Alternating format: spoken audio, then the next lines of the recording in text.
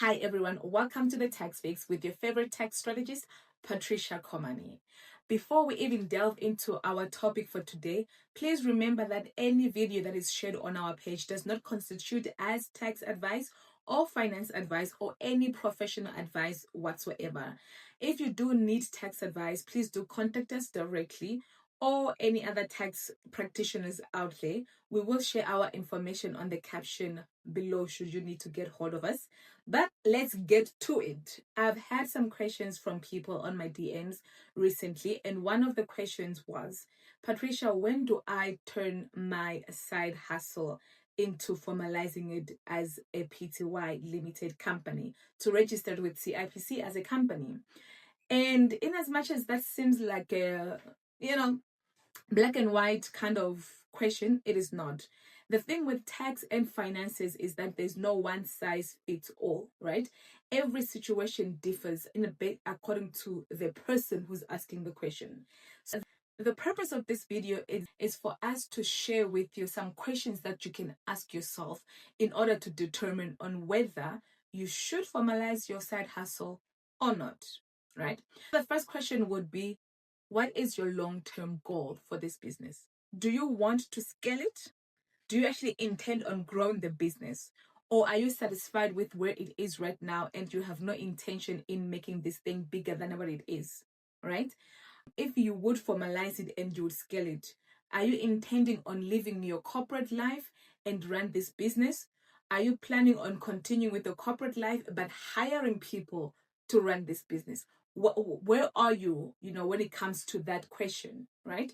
Question then would be, how does your tax look like right now? What I mean by that is when you've got your salary and then you've got your side hustle, subtract the expenses that are related to that side hustle, the tax bracket that you're in. Is it 27%?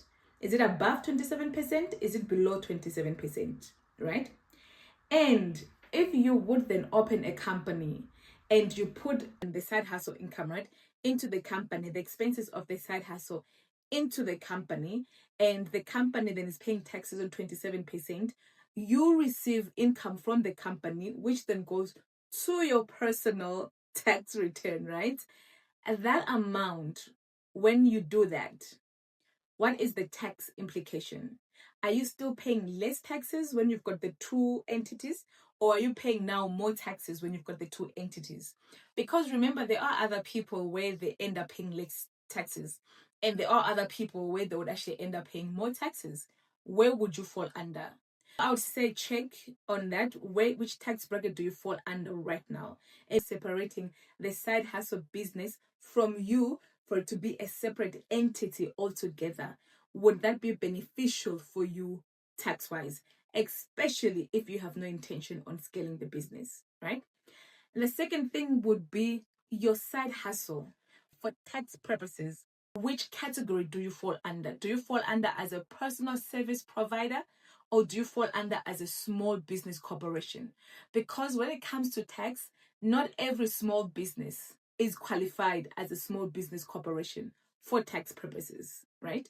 If you fall under the small business corporation, then there are benefits. If your business does not fall under the small business corporation, then unfortunately those benefits you do not enjoy, right? Find out, where do you fall under in these two categories. Fourth question would be the administration. Are you aware of the administration that comes with running a business? What I mean by that is, once you register a company, you need to make sure that you submit your tax returns every year, whether the company is trading or not, whether the company is dormant or not, right? You need to make sure that has been submitted. You need to make sure that financial statements are prepared if the company is trading, even if you have made a loss.